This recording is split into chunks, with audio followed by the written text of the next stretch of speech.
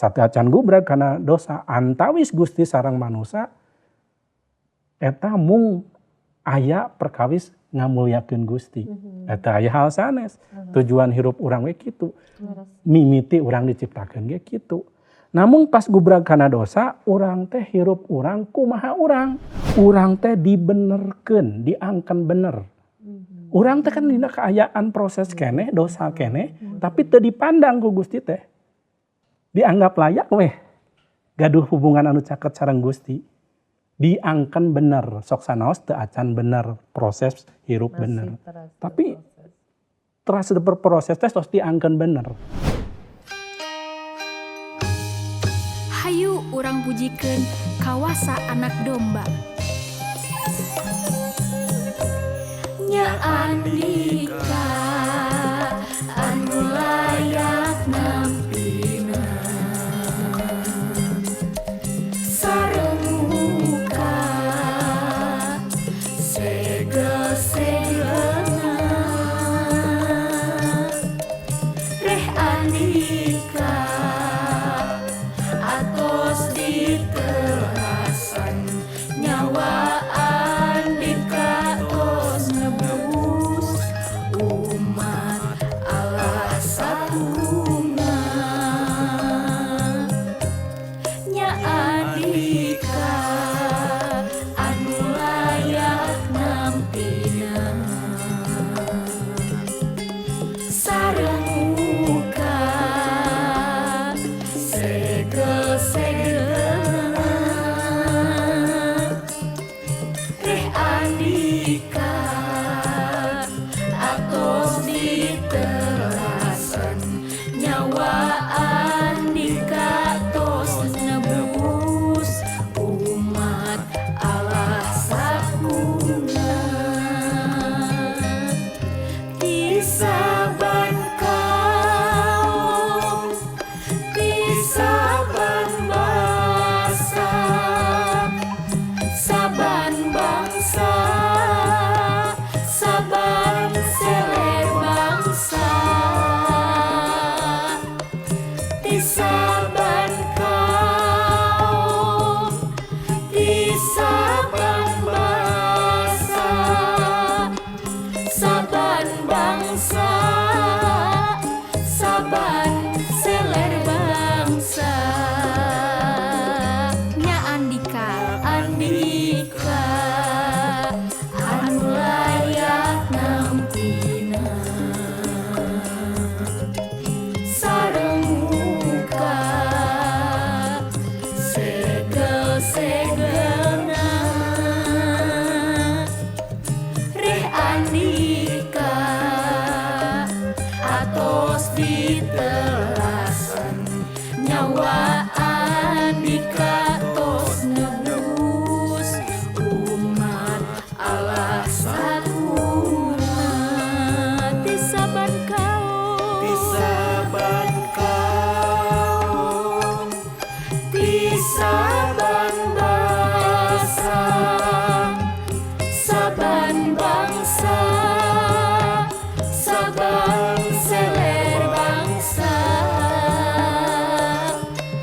di saban kaum di saban basa saban bangsa saban seler bangsa. Sampurasun pamiarsa nu dipiasih ku Pangeran, tepang deui sareng pribados dina acara Gentra Kahuripan. Kumaha damang pamugi urang sadayana aya dina panangtayungan Gusti nu welas asih. Tadi urang sadayana parantos ngabandungan kidung pujian. Mugia tiasa ngiatkeun, ngahibur, oge ngajantenkeun berkah kanggo urang sadayana. Tepangan Gentra Kahuripan dina dangit ieu masih keneh aya patalina sareng tepangan anu kalangkung nyaeta kasatunggalan manusia sareng Gusti. Mangga pamiarsa urang sami-sami ngagunem caturkeun perkawis eta. Parantos aya sumping di dieu narasumber. Hatur nuhun Kang Adang. Kumaha damang? Puji Gusti sehat. Puji Gusti. Oke masih Satya ya sarang anak king Vera ya. Mohon panginten ieu teh masih nyasakeun keneh ya. Mohon Kapanasaran satunggal sareng Gusti. Kasatunggalan margi ieu teh aduh salaras nama bunal pisan ieu teh perkawis ieu teh. Abi teh hoyong langkung eces. Mohon. Ciciren jalmi anu manunggal sareng Gusti teh sapertos kumaha gitu Pak. Laras. Nya puji syukurnya orang di pasihan waktos tiasa magunemkeun hal ieu langkung dilajengkeun deui. Mugia Gusti ngaberkahan tiasa langkung jero langkung munal. Janten patali sareng manunggal antawis manusa sareng Gusti Allah teh hiji hal anu janten kacida pentingna upami urang ngemut obrolan urang dina mingon anu kalangkung nya ieu teh henteu cekap mung manusa teh ngawengku diri manusa secara ilahar hungkul anu tilu aspek teh peryogi ka satunggalan sareng Gusti. Janten upami urang ninggal dumasar kana pangandika Gusti bewarana eces pisan. Sakali deui yen manunggal sareng Gusti Yesus teh dina perkawis relasi sanes dina esensi.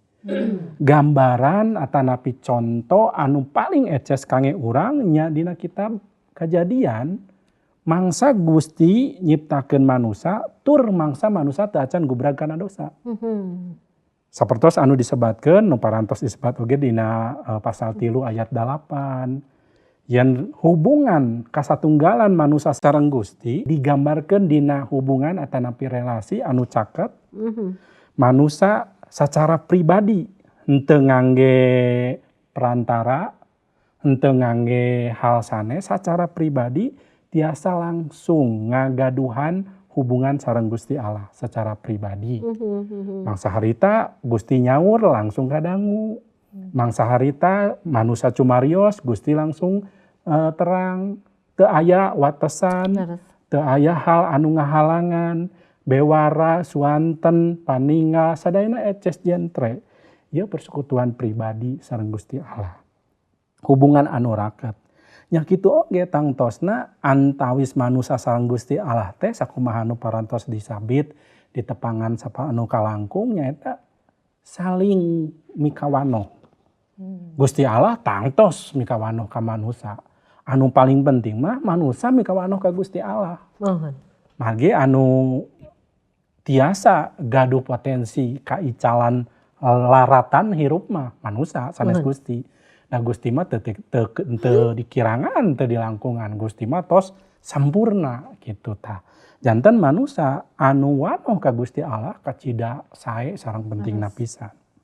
Salajengna dina Kejadian 1 ayat 28 buktos sejen yen manusa manunggal sareng Gusti Allah teh nyaeta kapercantenan Gusti.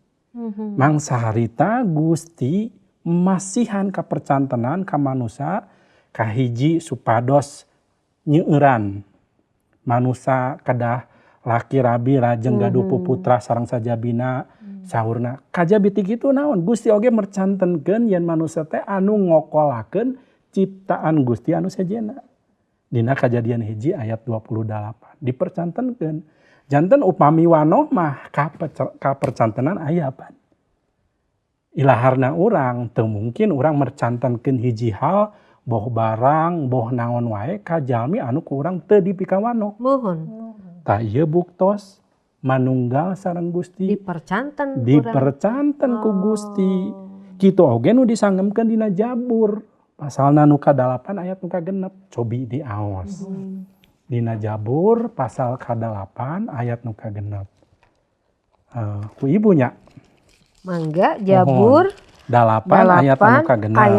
Ayatna anu ka-6 anu kieu unggelna dipidamelna ku Gusti meh nyaruaan Gusti kumanten. Dimakutaan ku kamuliaan sareng kahormatan. Tah, janten manusa teh dina kayakinan urang dilebet Gusti Yesus mah mangrupikeun puseur ciptaan Gusti manusa teh dipidamelna meh nyaruaan. Kumargi kitu manusa teh kacida ka ajenna ku Gusti.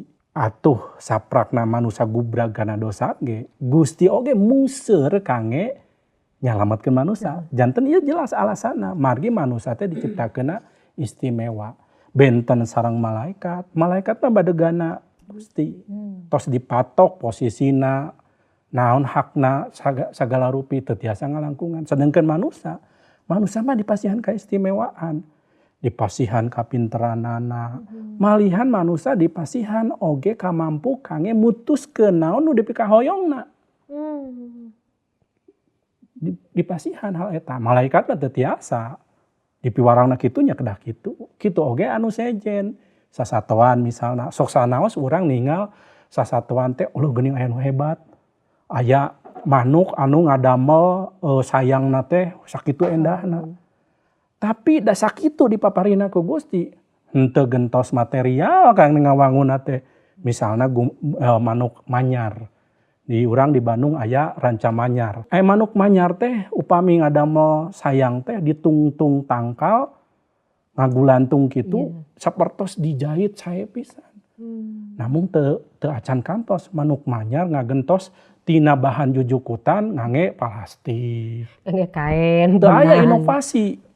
Tapi cobi jalmi mintonkeun kumaha istimewana jalmi dipidamel rorompokna teh bumina teh benten-benten. Aya anu materialna tina tembok, tina beton, tina kai, rupi-rupi. Tah ieu kaistimewaan manusia. Da sasatoan mah ti kapungkurna kitu nya kitu we ngadamelna teh.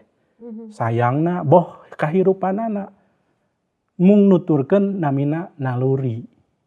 Atanapi instingna kadinya saur bahasa umumna. Urang mah sanes mung eta, tapi urang dipasihan kamampu kangge ngaronyatkeun sagala perkawis. Patali sareng tuangeun variasina, aduh luar biasa. Anggean istri sareng pameget itu benten. Biasana perkawis model sareng kaendahan anggean istri langkung variasi. Pameget mah kaku, tah model abdi bodas we. Ieu mah aya bodas yang warna-warni. Ieu mintonkeun yen Gusti Allah sareng manusia mangsa harita caket. Manusia sareng Gusti Allah raket. Janten teu aya batasan. Salajengna punten pangaoskeun dina Amos 3 ayat anu ka3. Deng Vera. Mohon. Naha bisa dua jalma indit babarengan lamun teu badami heula. Ieu mintonkeun oge kasatunggalan sareng Gusti.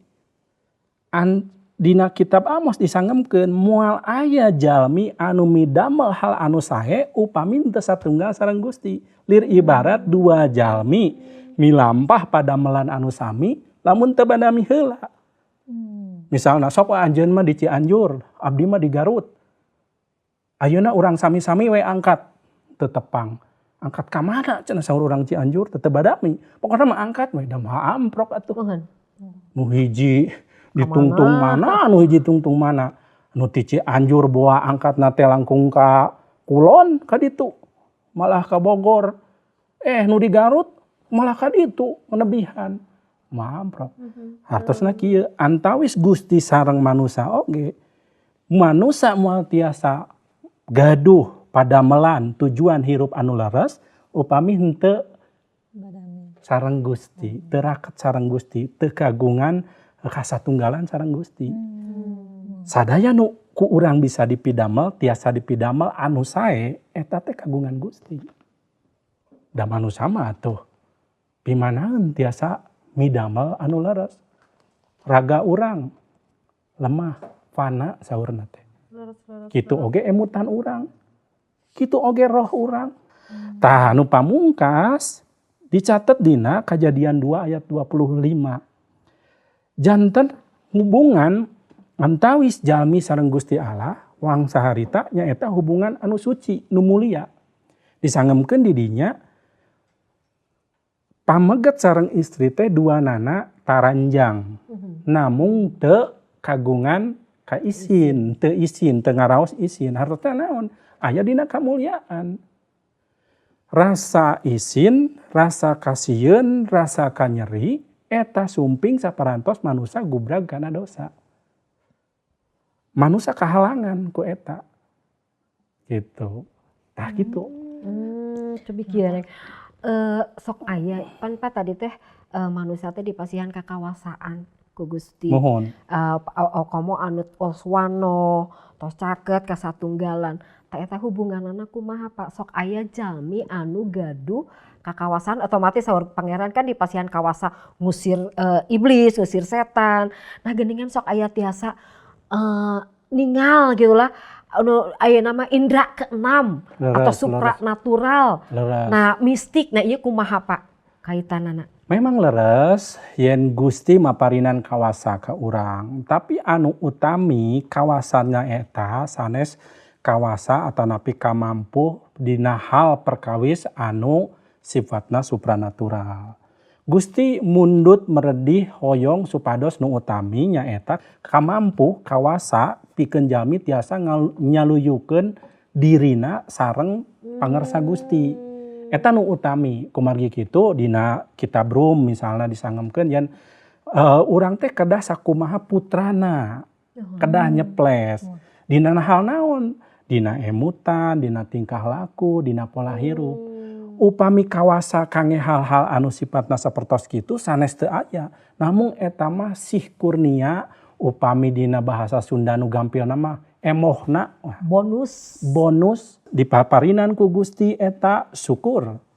Dina heuteuna ge sadaya jalmi nu penting percanten ka Gusti ngarobih diri nyaluyukeun anjeun sareng anu leres sareng Gusti eta anu utami. Mintonkeun Gusti Yesus ngalangkungan diri urang dina laku ucap tingkah parepola emutan eta nu utami.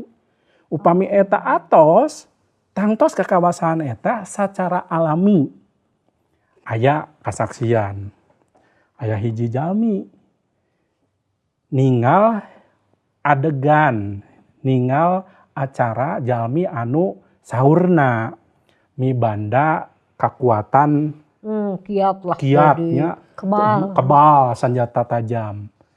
Eta putra Gusti teh ninggal henteu terang perkawis naon-naon, henteu terang perkawis ilmu nu kararitu. Namun mangsa anjeunna dugi ka eta kerumunan gitunya. Saur anu bade praktek teh cenah anu saguru anu sailmu entong nyaketan. Ulah ngaganggu cenah. Teu ngartoseun da anjeunna mah ye buktos yen kawasa eta alami sanes dipidamel ataupun kumaha. Dugikeun ka singketna carita ya jalmi teh ditunjuk anjeun cenah. Anjeun kedah angkat ka ditu lamun henteu ye bisa cilaka. Janten jalmi anu kagungan kawasa supranatural ge terang yen lamun upami putra Gusti sok sanaos anjeunan teu ngarasa kagungan kawasa, kawasana teh otomatis alami. Upami tiasa disebatkeun mah zaman ayeuna mah wibawana teh karaos gitu, katinggal upami laras-laras putra Gusti. Tah eta patali sareng kaayaan jalmi anu satunggal atanapi kagungan hubungan anu raket anu satunggal sareng Gusti. Janten naon nu disanggemkeun dina kajadian 3 mangsa manusia gubrag kana dosa ayat nu 10. Ngaraos sieun, ngaraos era papisah sareng Gusti Allah teh eta teh henteu kaalaman deui upami satunggal sareng Gusti Yesus mah. Sapertos itu. Tah Pak, naon sih anu dipidamel ku Gusti Yesus gitu Pak? Sangkan manusia mibanda kasatunggalan sareng mantenna gitu. Tah leres pisan. Nah, kasatunggalan teh ieu usaha urang atau napi usaha saha? Kumaha? Saleresna ieu gumantung kana anu dipidamel ku Gusti Yesus. Tangtos anu kahiji urang salaku jalma sakumaha konsep ibadah sadaya oge namina ibadah teh mangrupikeun respon ka Allah. Gusti Yesus nyadiakeun kangge urang satunggal sareng anjeunna. Urang kedah percanten ka anjeunna eta langkah kahiji. Saparantos urang percanten ka anjeunna disebatkeun urang disalametkeun. Saparantos salamet henteu cekap di dinya wae aya 4 tahap. Mangsa urang nampi kasalametan ti Gusti, urang didameikeun sareng Gusti Allah. Pendamaian. Atuh da moal satunggal atuh itu didameikeun mah. Nah, nu kaduana naon? Urang teh dibenerkeun, diangken bener. Urang teh kan dina kaayaan proses keneh, dosa keneh, tapi teu dipandang ku Gusti teh. Dianggap layak weh.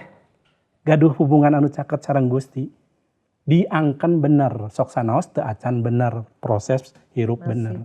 Tapi terasa berproses teh tos diangken bener. Kumargi kitu Gusti sayogi nepangan jalmi. Ya contoh seueur. Bapak Abraham misalna diangken bener ku Gusti. Kumargi kitu anjeunna katapi di payuneun Gusti. Sok sanaos hirup Pak Abraham da teu sampurna. Kitu oge sareng Musa, kitu oge sareng Daud. Raja Daud diangken bener ku Gusti. Salajengna Gusti Yesus midamel naon anu namina penyucian, disucikeun, dikuduskeun. Moal aya jalmi, moal diwidian jalmi aya dina hadirat Gusti upami henteu suci da Gusti mapan suci. Kumargi kitu eta disucikeun oge ku Gusti ngalangkungan Roh Suci. Anu pamungkas nembe dipulihkeun. Jalmina disehatkeun deui rohanina, nu tadina pegat dipulihkeun deui. Tah eta ieu ti mana dasarna? Hayu urang tinggal heula Yohanes 17 ayat 21. Yohanes 17 ayat 21. Ayatna anu ka 21 kieu Mohon. unggalna mugi eta jalmi-jalmi oge didamel jadi sahiji. Ama mugi maranehna oge dikersakeun ngahiji ka urang sapertos ama ngahiji ka abdi. Abdi ngahiji ka ama. Mugi manehna dihijikeun supados dunya percayaeun yen ama parantos ngutus abdi. Hiji deui supados lengkap Efesus 2 ayat 13. Efesus 2 ayat anu ka 13 kieu Nuhun. unggalna tapi ayeuna sanggeus ngahiji jeung Kristus nu asal jauh ti urang Yahudi teh jadi raket diraketkeun ku pupusna Kristus. Tah abdi nyangemkeun tadi jalmi anu tos disalameteun teh ngalaman nu hiji pendamaian, pembenaran, penyucian, pemulihan. Pemulihan teh pemulihan naon? Nu utami pemulihan rohani. Margi rohani teh mangrupikeun dasar utami pikeun pemulihan jasmani oge. Da moal tiasa aya jalmi tiasa dina prak-prakan hirup sadidintena sae upami teu gaduh pangemut karohanian anu sae. Margi ti mana sumberna bebeneran teh? Mung sacara jalurna rohani ti Gusti ku anjeun.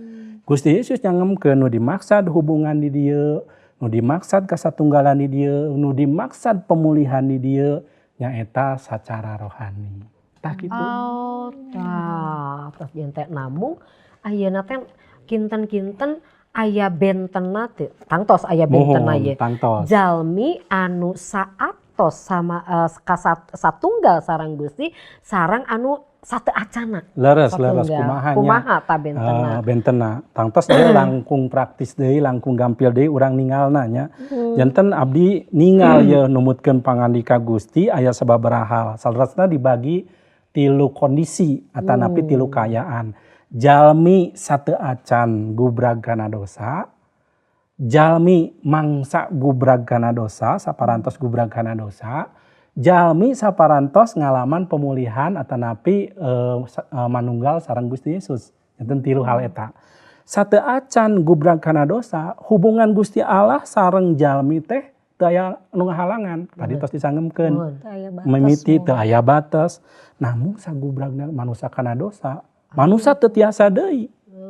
Raraketan sareng Gusti. Gusti anu suci, manusa anu dosa. Teu tiasa sasarengan. Gusti sareng manusa papisah. Sawalerna saparantos aya di lebet Gusti Yesus, manusa hubunganna dipulihkeun deui kumargi sih kurnia Gusti. Eta nu kahiji.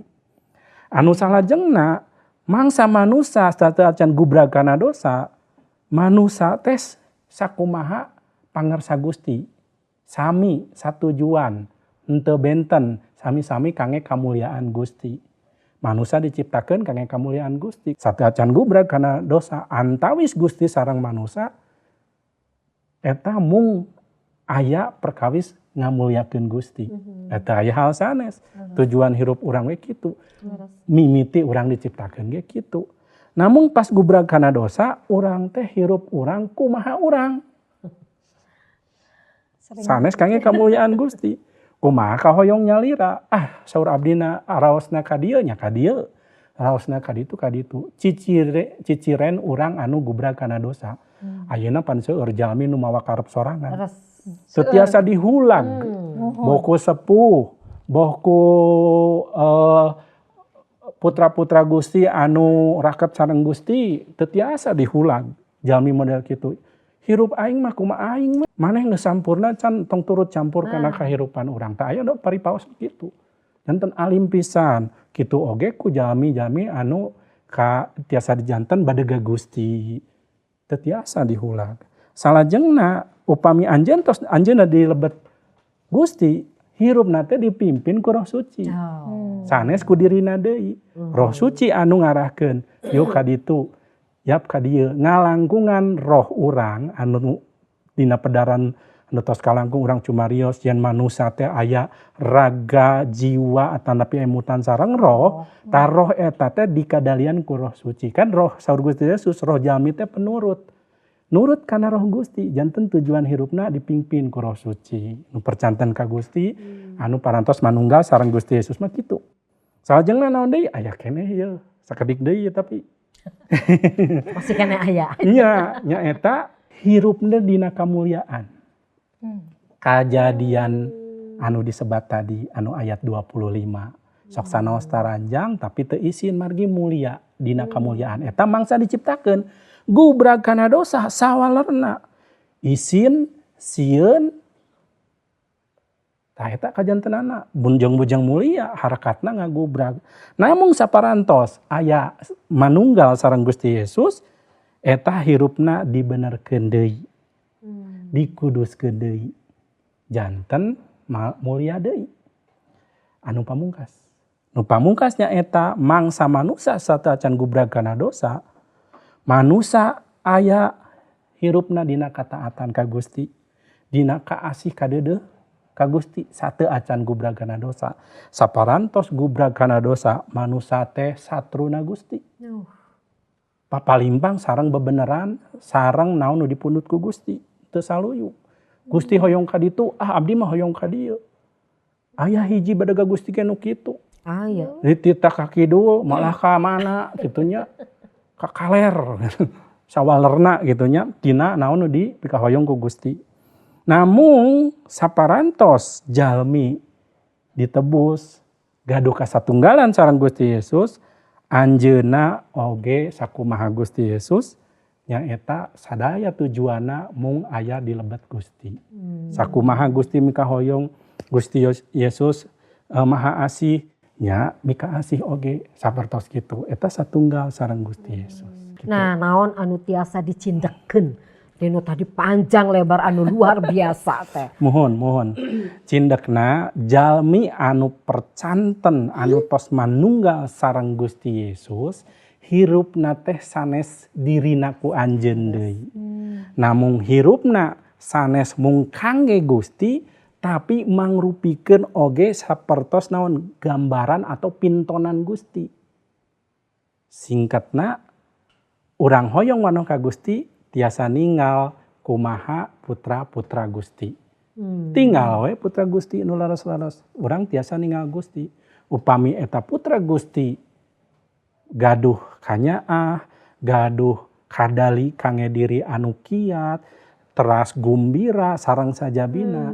Eta ciciren laras-laras putra Gusti. Margi hal model kitu henteu sumping ti diri nyalira. Namung ti Gusti. Laras Puji pisan. Gusti. Mugia urang sadayana laras-laras hirup sapagodo sareng pangarsa Amin, pangeran. amin, laras Margi pisan. urang teh anu umat pilihan Gusti teh Mohon. ulah disia-siakeun. Leres pisan. Hatur nuhun Kang Adam. Sami-sami, Oge Neng sami-sami. Vera. Pamirsa mung sakieu anu tiasa didugikeun kantos pamirsa ieu teh seueur keneh sakleres nama anu tiasa dipedar namung waktos anu tos teu ngawidian deui. Kapan ya? Atuh di layar kacana sewang-sewangan aya nomor anu tiasa dihubungi mangga pamirsa tiasa ngadugikeun sagala rupi patarosan. Mung sakieu anu tiasa didugikeun pamugi janten berkah kanggo urang sadayana. Hatur nuhun Gusti Yesus ngaberkahan.